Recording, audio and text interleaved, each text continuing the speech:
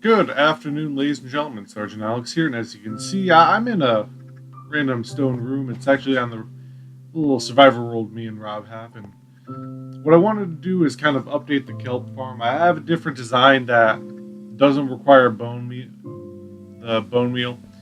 It's pretty much automated and does have a little bit of a debugs thing, and I'll explain that in a minute. And the one thing I like about it is it has a pretty fast grow rate. Most of it's getting smelted up between all my smelters. I'm waiting to get the resources before I can add more in. I ran out of iron on here, so that's the main reason why I stopped. But the nice thing about it is it can pretty much go up against each other, and it's as compact as I could get it. And overall, I think it looks nice. Kind of makes me think of an engine with the overall shape, which you'll see in a second because I'm going to get out of my survival world and go into the creative world where it shows a singular unit. Okay, and here we are. We have a more complete unit. I've kind of was playing. I changed the design in the actual server instead of doing this one. And you can sort of see the engine shape I was talking about. And I've been experimenting a while with this. I have a bunch of fails on my computer along with this one there. And we're not going into that little thing of fails right there, sadly. So I'm gonna get off. I'm gonna start with the explaining how to build it. And first things first is you can make this any length you want. For some reason I like 5, so I'm going to be doing 5 blocks. So you got 5 blocks of a block of your choice. I should probably go over the ingredient list really quick. We have a block of your choice. I'm using iron because it has lines and you can count it. I'm using stained glass. I'm doing yellow because yellow's in my logo, and gray would be too dull. So yellow will nice and liven it up. I've used orange. You saw pink in the video, and I think I did a trial with purple. Redstone, observer, a piston, chest, hopper, a block of your choice that kelp can grow on. I do gravel because I like how it is. And you're going to need kelp and water, of course. So, forget that I did this. We're starting from the beginning. Okay, we're going to build it now. So, first off is to actually figure out how much you want to grow. So, like I said earlier, I want to do 5 blocks. So, 1, 2, 3, 4, 5. And then I'm just going to frame this with a nice block of, you guessed it, of your choice. And then the front. I'll be back after I fix that. Okay, that's fixed. I can't have nice things on the server, apparently. Oh, not the server. On my creative world. But back to what I was saying. We're going to do a nice little line up of your last block, and that's just so you can see it's nice and pretty. And this is actually 2 little units here. So if we deleted the middle, we'd have this guy. The reason I have 2 back to back is because it just works. It works better for the redstone. So we're pretty much going to be mirroring it. So literally just copy the exact thing we built, only flip it so it's back to back. And boom. Next, you're going to build these walls up 1, so you're going to leave the gravel behind. And this is where you're going to plant your kelp block. Make sure it has a place to stay. It's not going to get destroyed. It's all nice, happy, and safe. And then we're going to come through with a line of pistons. This is what's going to break the kelp when it grows up to a nice, beautiful, beautiful height. And one of the things I did forget to mention is you don't have to have it, but I do it just because it makes it look nice. If I could actually find it, it's somewhere in here. Where are the lighting things? Here we are. And that is glowstone. I'm just going to swap that out with the gravel block there because we don't need it.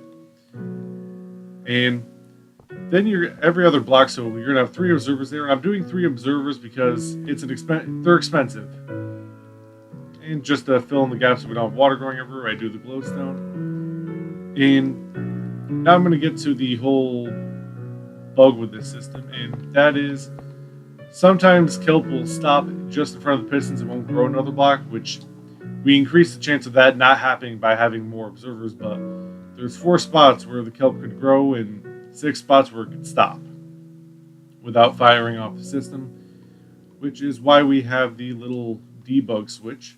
So on the off chance that this does happen, you just go and grab a button, which I forgot to put in the ingredients list too, and you put it there. So when you push it, it activates all the pistons and fixes the system. And now we're just going to build the walls up.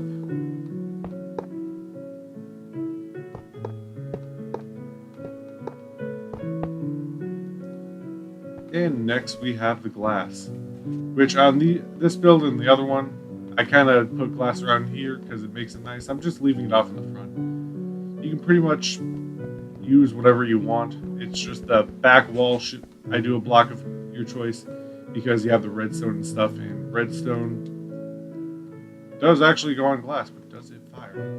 Yep, okay, you can build the whole thing out of glass. That one was actually my bad. Kind of didn't think redstone worked on glass. I know the current doesn't go through it, but okay. But we're missing one thing, and that is very important. On our piston level, we're gonna go out and break a line. We're gonna leave one end of the wall here, and block. Let's get a temporary block. Place a chest there, and what we're gonna do is we are going to run a line of hoppers into it.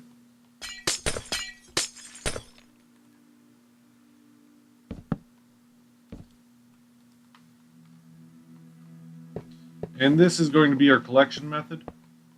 And if you want to take this build and flip it and have it running into the chest via this way, you could totally do that. You saw on the server I had double chests, and then I built another unit. And that works pretty well, I must say. And to make sure stuff gets into these hoppers, we're going to break the glass and extend it out one.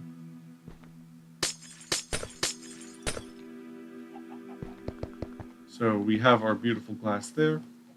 And then I just kind of get ready to close the top off. When testing it, I found it helpful just to have a line of glass here. You can leave it like that, or you can cover the entire thing. I find it just a little bit cleaner and neater if you cover the whole thing. And it just makes everything incredibly yellow. So now we're just gonna poke holes up here because we have to get in there somehow. And we are slowly going to fill this with water. Now, you can put water into the pistons, which is important to have it covered on all the way, since, you know, the fun of redstone. And same thing with the hoppers; those can get waterlogged. Inbox messages await the operator. And my cellular device is going off. And next, you want to place in a block and figure out why, oh, your hoppers are leaking. Which, that can easily be fixed.